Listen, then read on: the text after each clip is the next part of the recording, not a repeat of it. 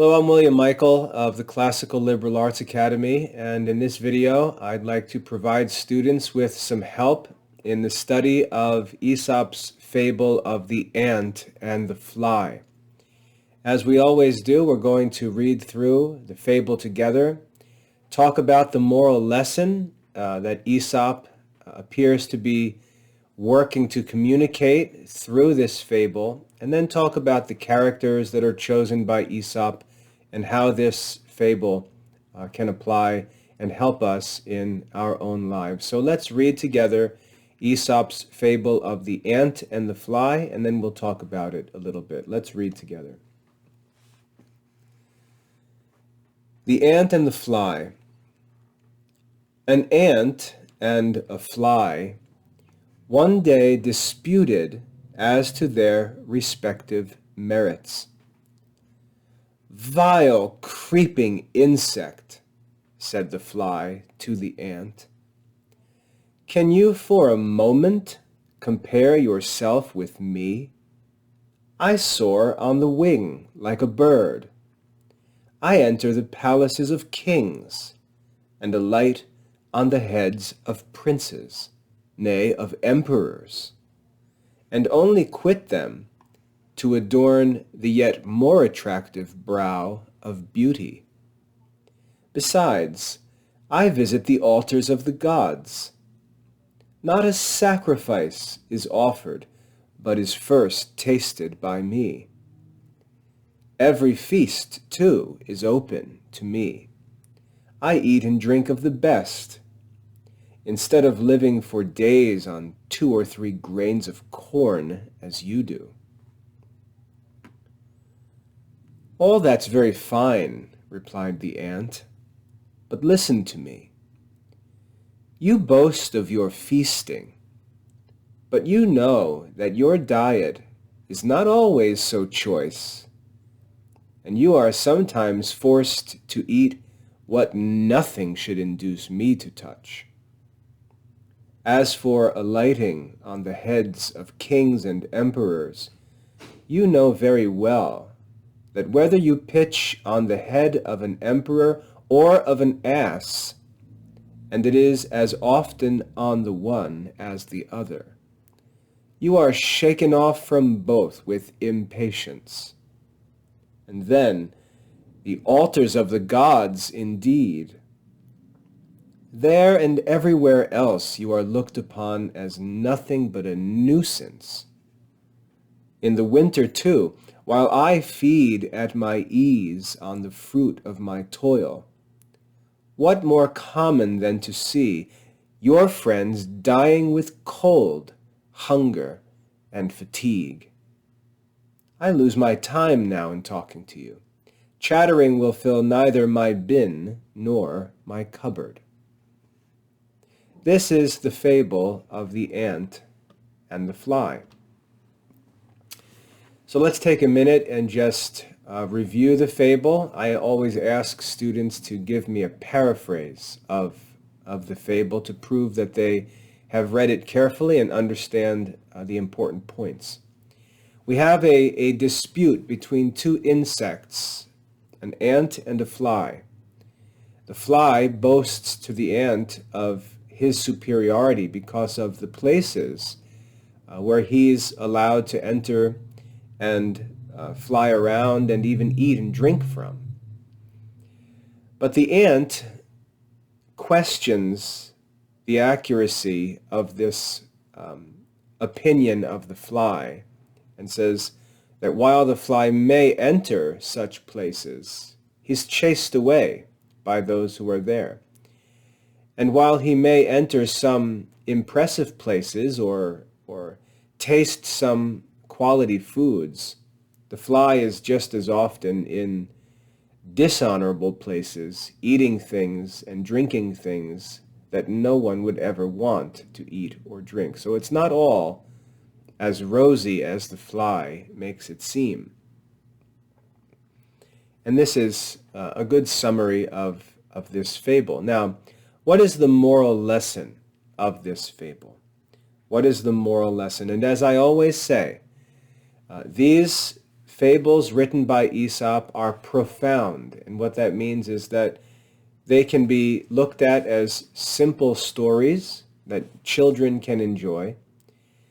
But when we reflect on them, we can find that there are many, many different lessons contained in these fables, or lessons that we can draw out from these fables by meditating on their details. So when I share a moral lesson from a fable, or when I mention a number of moral lessons that can be drawn from a fable, don't think that's all that there are.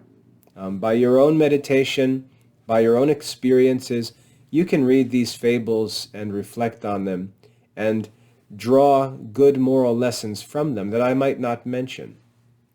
So there's a lot more to these fables than any one simple moral of the story.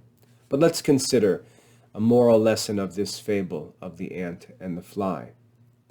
One moral lesson that we learn from the fly is that people tend to talk only about positive things that they experience. We see this as a problem on modern social media. People will post pictures from their lives, and they'll post all of their beautiful pictures. They'll post their vacation pictures. They'll paste pictures of their new cars and of their children all dressed up, and everything looks beautiful and enviable. And yet we have to remember that they're usually only telling us one side of the story. They're only sharing the good news. They're only sharing the best scenes and events and pictures. And we see this in the character of the fly here, which the ant points out.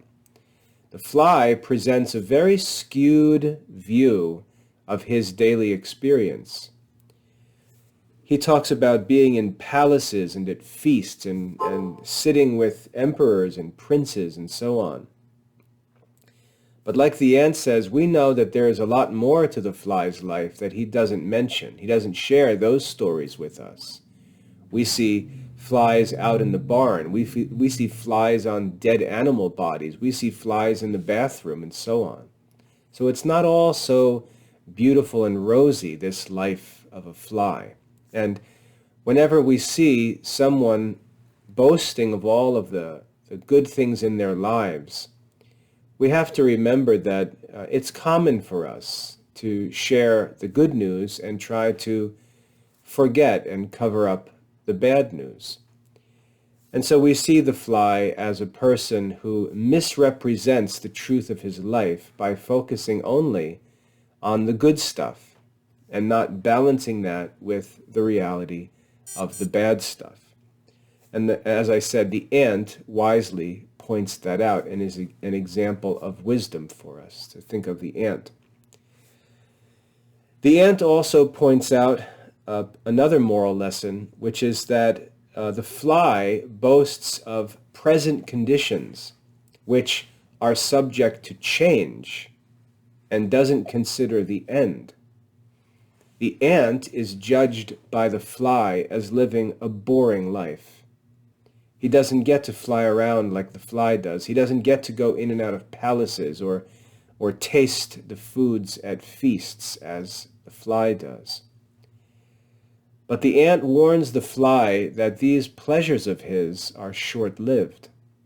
The fly doesn't take into consideration the coming change of seasons.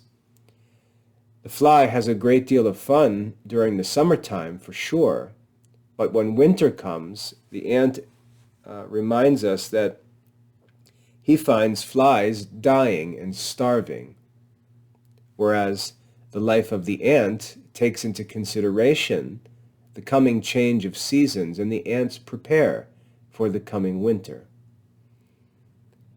So we see that the pleasures enjoyed by the fly are short-lived and temporary, whereas the life of the ant is more permanent and lasting and takes into consideration changes that will come in the future.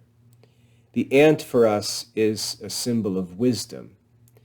Even in sacred scripture, the Proverbs teach us to look at the example of an ant and to be wise like an ant.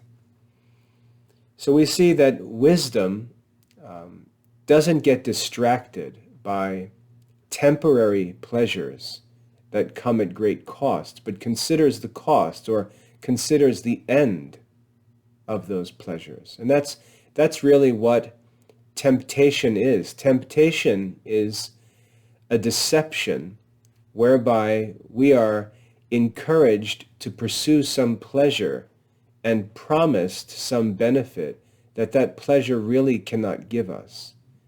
We may sacrifice long-term happiness for some short-term pleasure. And what it means to be wise and holy is to choose long-term happiness, even eternal happiness, over any short-term pleasure that might cost us that long-term happiness. And so the ant here is a symbol again of wisdom for us in questioning the behavior and the boasting of this fly. One more important moral lesson that I always talk to students about, and if you've ever had a tutoring session with me, you know that I talk about this all the time. It's that it's good for us to learn to be boring. Wisdom often requires us to do simple, routine tasks that make wise use of our time and consider all of our needs, present and future, not just what we want to do today, but we need to consider what we do today and what we're going to need in the future and make the best use of the present that we can. And when we look at a wise life, the wise life is often what might be considered a boring life, just as the fly looks at the ant's life and considers his life to be boring. But the ant is preparing for the future and making good use of the present time so that when difficulties come, and we know that difficulties will come in our lives, when those difficulties come, he's well prepared and he's willing to sacrifice the short-term pleasure that's available for a long-term happiness. And that, I joke with students and say, you need to learn to become boring. You need to learn to be content being boring, keeping the same routine and developing a good schedule, where you see other people running all over the place trying to have fun and trying to appear like they're having fun, while wisdom suggests to you a routine and boring life. You have to remember that a lot of their boasting about the fun that they're having is like the boasting of the fly here. And you're going to see that their boasting is, and their fun-seeking, their pleasure-seeking, is going to come with a cost. It's going to come to an end. And often, one of the problems in our modern society is when those consequences come, the photos are no longer posted. We don't see evidence of the consequences of those pleasures. We see the pleasures, and then what the media does is presents us with new people seeking pleasure. And we never see or rarely see the consequences of lives that are lived for the sake of short-term pleasure. So don't be deceived by people in the world who live like the fly, boasting of all their pleasures, where really they're obnoxious creatures, and the pleasures that they do have are short-lived and not truly satisfying. So I think that's a good summary of some of the moral lessons here in the fable of the ant and the fly. We always ask the question, why did Aesop, desiring to teach these moral lessons, why did he choose an ant and a fly? And the reason why is because the ant's life looks pretty boring. As the fly points out, the ant lives on the ground. He moves around by walking. That's pretty boring. Not as exciting as the ability that a fly has to just fly all over the place. And if you watch the movement of a fly, it's just hectic and crazy, and they're zinging around all over the place. It appears that the fly never rests, never settles in one place, has no limitations or restrictions on his movement. He's free to fly around wherever he wants. So Aesop chooses the fly to represent this person who is never stable, never focused, never in one place, but is always trying to be everywhere, seeking pleasures. And the ant is this routine, simple, humble person doing his work on the earth, thinking about the future, making responsible use of his time. Ants are relatively boring creatures, as the fly says about the ant. And so these two characters represent two different kinds of people in the world. People who are seeking after all kinds of pleasures and entertainment, annoying people, buzzing around all over the place, boasting of all of their exciting experiences and pleasures that they've enjoyed, but coming to a quick end and paying a painful cost for those pleasures. And the ant, like wise people, humble, thinking of the future, trying to make good decisions in the present and make good use of their time. So the ant and the fly are perfect choices for characters to represent these two different kinds of lives that Aesop is talking about. Lastly, we ask, how might we apply this fable to our lives? How might we use this fable to help us to live well, to live happily?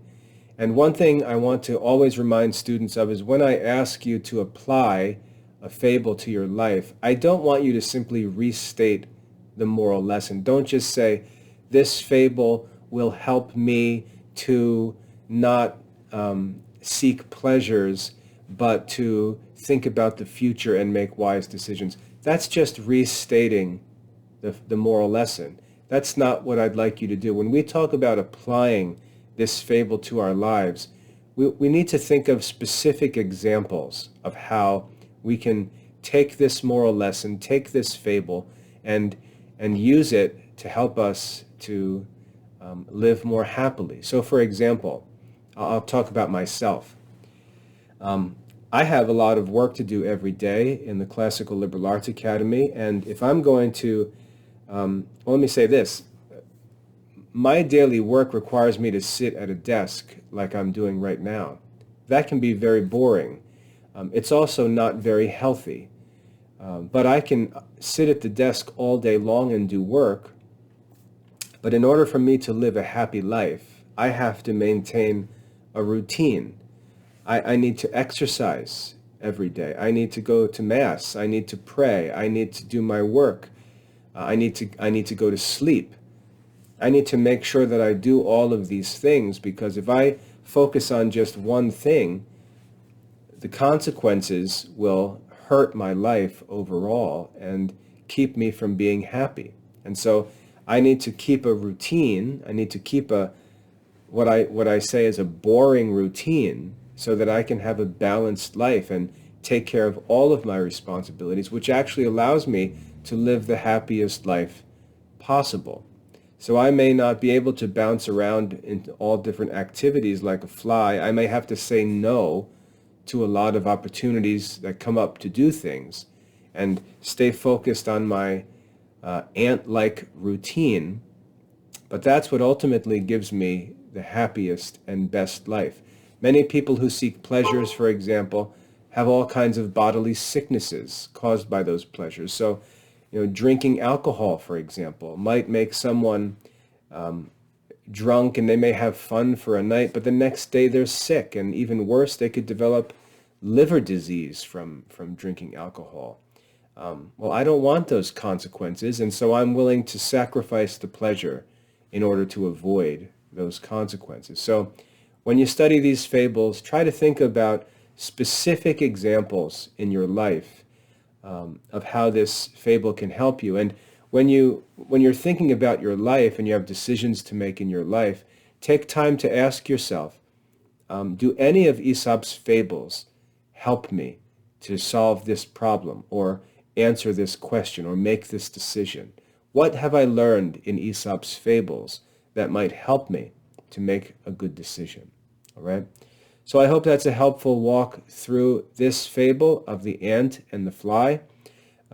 You should study this fable carefully on your own and complete the assignment to prove that you understand the fable, can identify moral lessons in the fable, explain the characters that Aesop chose to tell this story, and then apply the fable to your life. I hope that's helpful. God bless your studies.